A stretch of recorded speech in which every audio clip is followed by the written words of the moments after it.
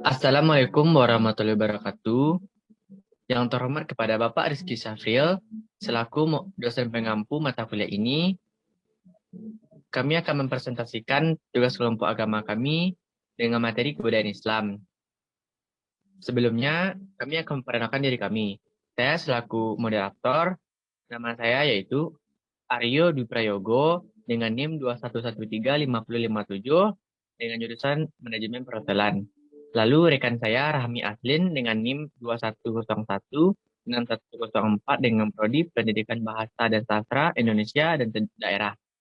Lalu selanjutnya rekan saya satu lagi, Dara Bestari dengan NIM 21011240 dengan jurusan Psikologi.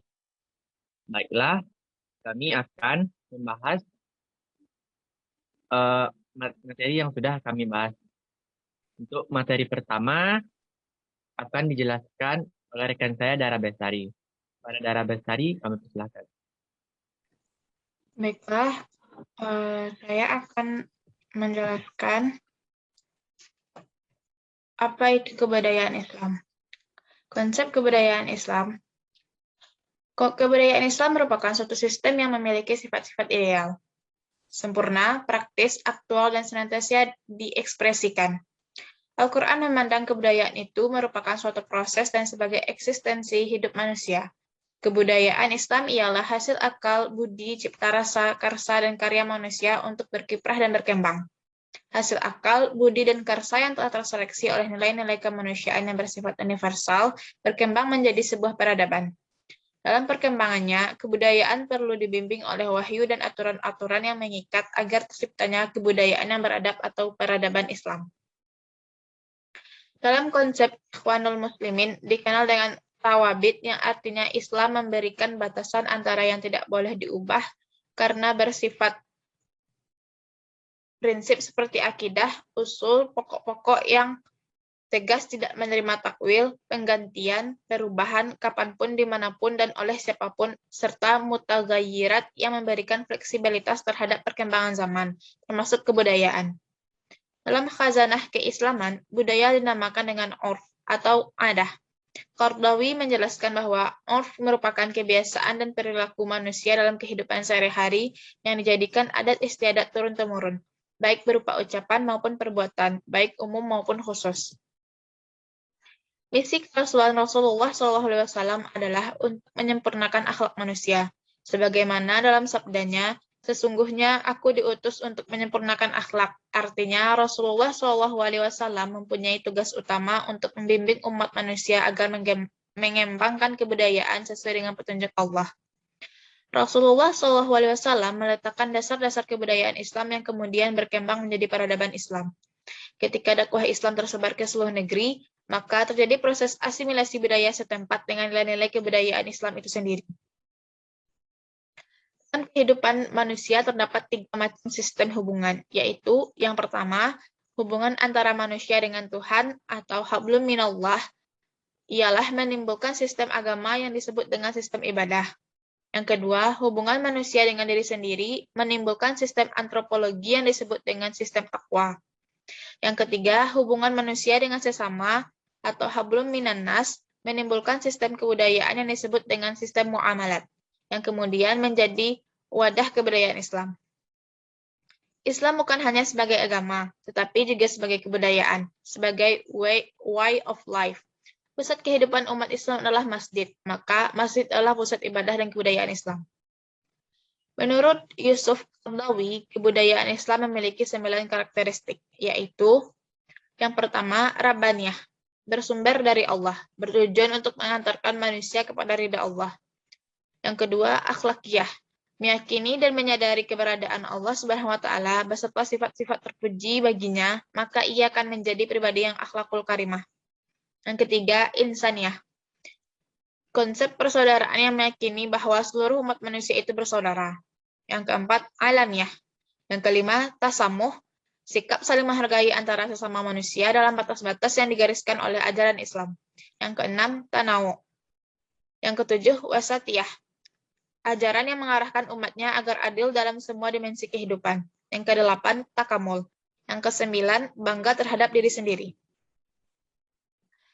Yang kedua, prinsip-prinsip kebudayaan Islam. Dalam Islam, diajarkan tentang kebersihan adalah sebagian dari iman. Anadafa fatul minal iman.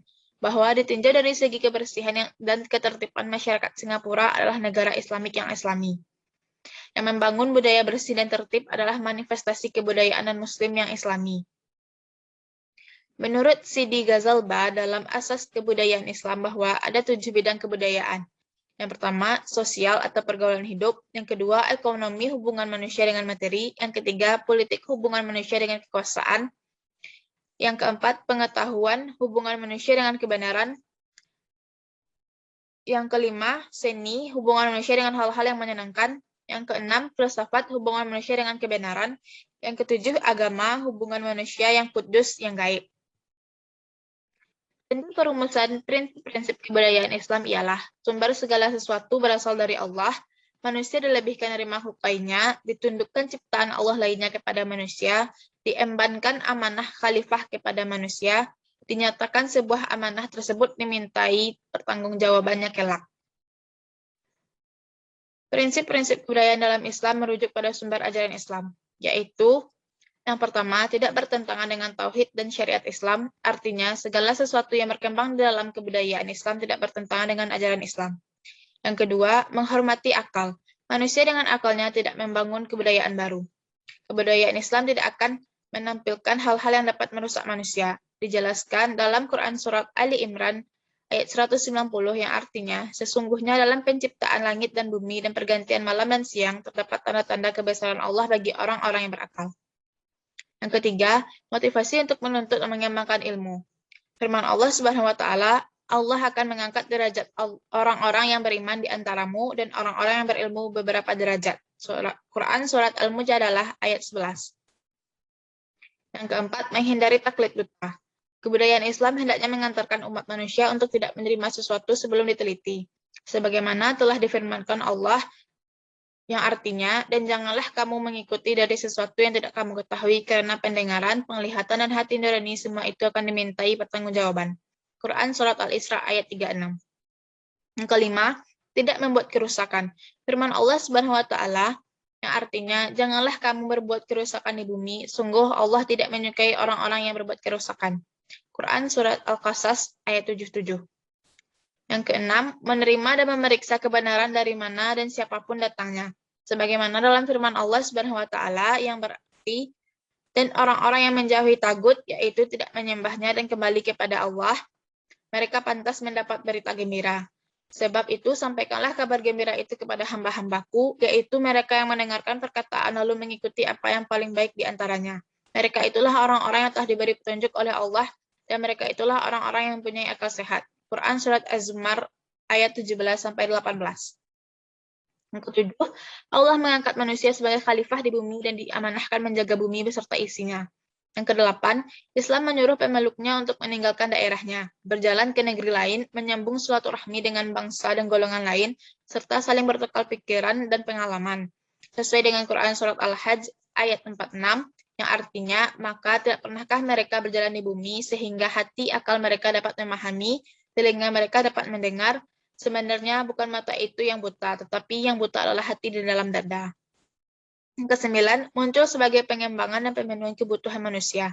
Yang ke-10, sasaran kebudayaan ialah kebahagiaan manusia, keseimbangan alam dan penghuninya. Yang ke-11, keseimbangan individu, sosial, dan antara makhluk lain dengan alam merupakan cita-cita tertinggi kebudayaan. Baiklah, sampai di situ materi yang saya sampaikan. Selanjutnya saya kembalikan kepada moderator. Baiklah, terima kasih kepada Dara Bestari untuk materi selanjutnya, yaitu perbedaan kebudayaan Islam dan kebudayaan non-Islam yang akan dibacakan oleh Rahmi Aslin. Pada Rahmi Aslin, dipersilahkan. Baiklah, kepada moderator, Assalamualaikum warahmatullahi wabarakatuh. Saya Rahmi Aslin akan membacakan materi yaitu perbedaan kebudayaan Islam dan kebudayaan non-Islam. Islam tidak hanya menyuruh kita membina hubungan baik dengan sesama muslim saja, tapi juga dengan non-muslim. Namun demikian, dalam hal-hal tertentu ada pembatasan hubungan dengan non-muslim, terutama yang menyangkut aspek ritual keagamaan. Misalnya, kita tidak boleh mengikuti upacara-upacara keagamaan yang mereka adakan sekalipun kita diundang. Kita tidak boleh menyelenggarakan jenazah mereka secara Islam. Kita tidak boleh mendoakan untuk mendapat rahmat dan berkah dari Allah, kecuali mendoakan supaya mereka mendapat hidayah dan lain sebagainya. Sehingga dalam bertegur sapa, misalnya untuk non-Muslim tidak mengucapkan salam Islam, tapi menggantinya dengan ucapan-ucapan lain sesuai kebiasaan. Perbedaan budaya yang muncul dalam masyarakat seperti masalah pakaian berasal dari suatu keyakinan.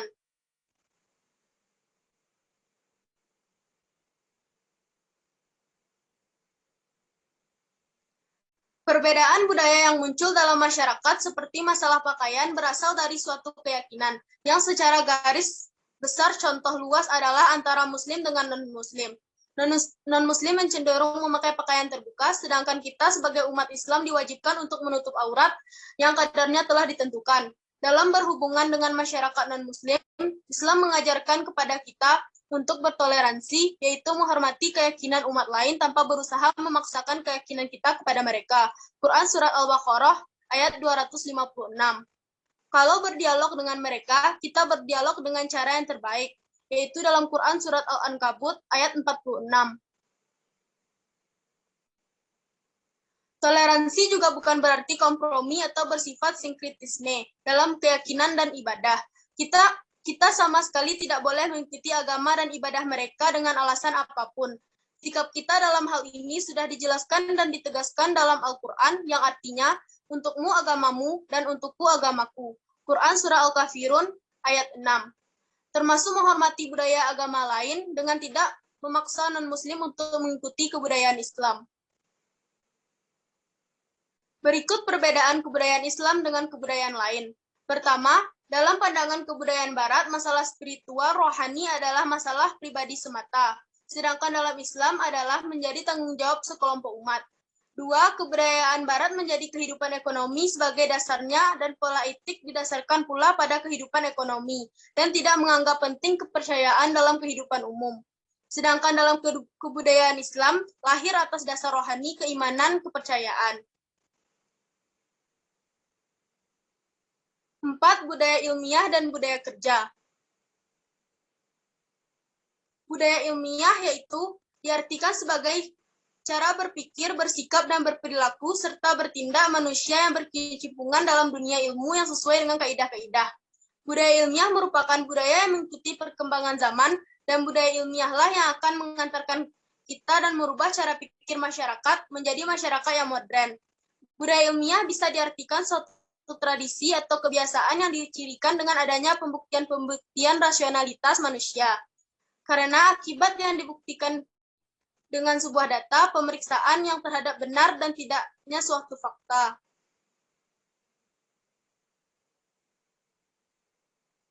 Islam memiliki prinsip-prinsip perilaku ilmiah atau akademik. Di antara ciri budaya ilmiah itu adalah yang pertama, sumber ilmu adalah Al-Quran dan hadis yang harus diambil dengan melakukan iqra atau membaca Quran surat yang ke-96 ayat 1 sampai 5.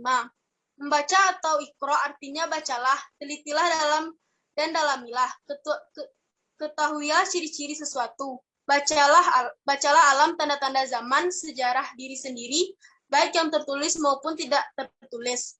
Quran surat Quraisy ayat 433. B. Menggunakan potensi yang dimiliki secara optimal. Firman Allah Subhanahu wa Ta'ala yang artinya, dan Allah mengeluarkan kamu dari perut ibumu dalam keadaan tidak mengetahui sesuatu apapun, dan Dia memberimu penglihatan dan hati nurani agar kamu bersyukur. Quran surat An-Nahl ayat ke-78. Pada ayat di atas dijelaskan bahwa pasca kelahiran manusia tidak mengerti apa-apa, namun Allah beri potensi besar yaitu pendengaran, penglihatan, dan hati yang mana ketika potensi itu adalah instrumen vital untuk memperoleh ilmu pengetahuan. C. Penggunaan potensi hati. Hati memiliki potensi berpikir yang mendalam. Alwi Shihab menjelaskan potensi berpikir yang dilakukan oleh akal tidak dipahami dengan akal secara konkret, namun potensi berpikir terbesar adalah pada hati. D. Objek ilmu dan bidang kajian akademik meliputi aspek yang tidak terbatas. Secara umum, objek ilmu mencakup kepada aspek-aspek konkret atau objek materi yang abstrak atau objek non-materi. Penjelasan luasnya objek kajian ilmu dalam pandangan Islam terlihat jelas dalam banyak ayat Al-Quran. Misalnya Quran Surah Al-Imran ayat 190 sampai 191.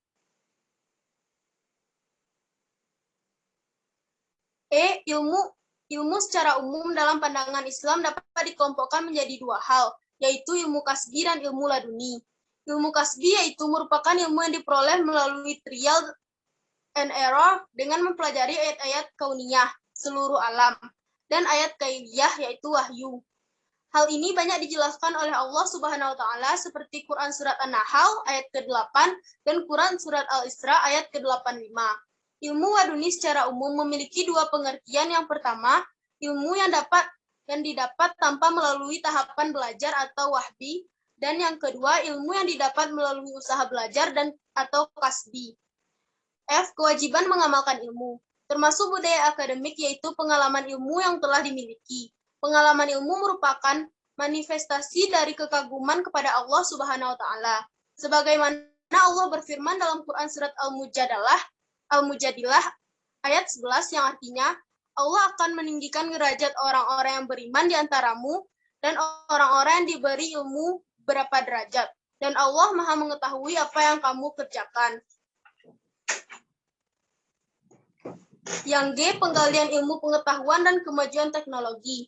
Ilmu yang dimiliki umat Islam akan berbuah pada keberhasilan menghasilkan software dan hardware, program dan benda. Allah menjelaskan bahwa ditundukkan semua yang ada di langit dan di bumi untuk manusia dalam Quran surat Al-Jathiyah ayat ke-13. H, menggunakan fasilitas diri, alam dan pakar serta kekuatan berjamaah dalam menghasilkan berbagai ilmu pengetahuan. I, mengisi waktu dengan hal-hal efektif. J, pembentukan akhlak.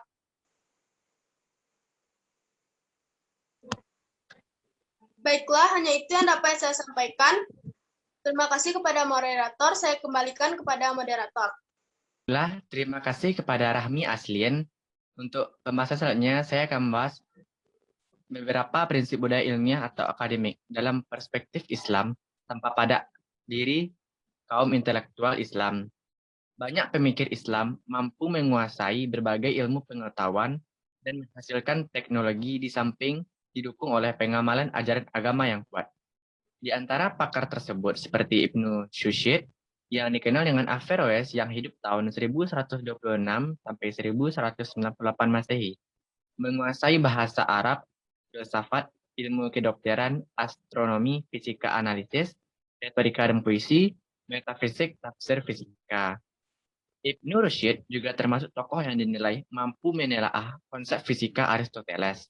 Pakar lainnya seperti Ibnu Albana yang hidup antara tahun 1256 sampai 1321 Masehi di Maroko, yang menguasai matematika, geometri, astronomi, astrologi di samping menguasai ilmu tafsir dan ilmu hadis serta banyak menghafal keduanya. Nakostin 1995-328.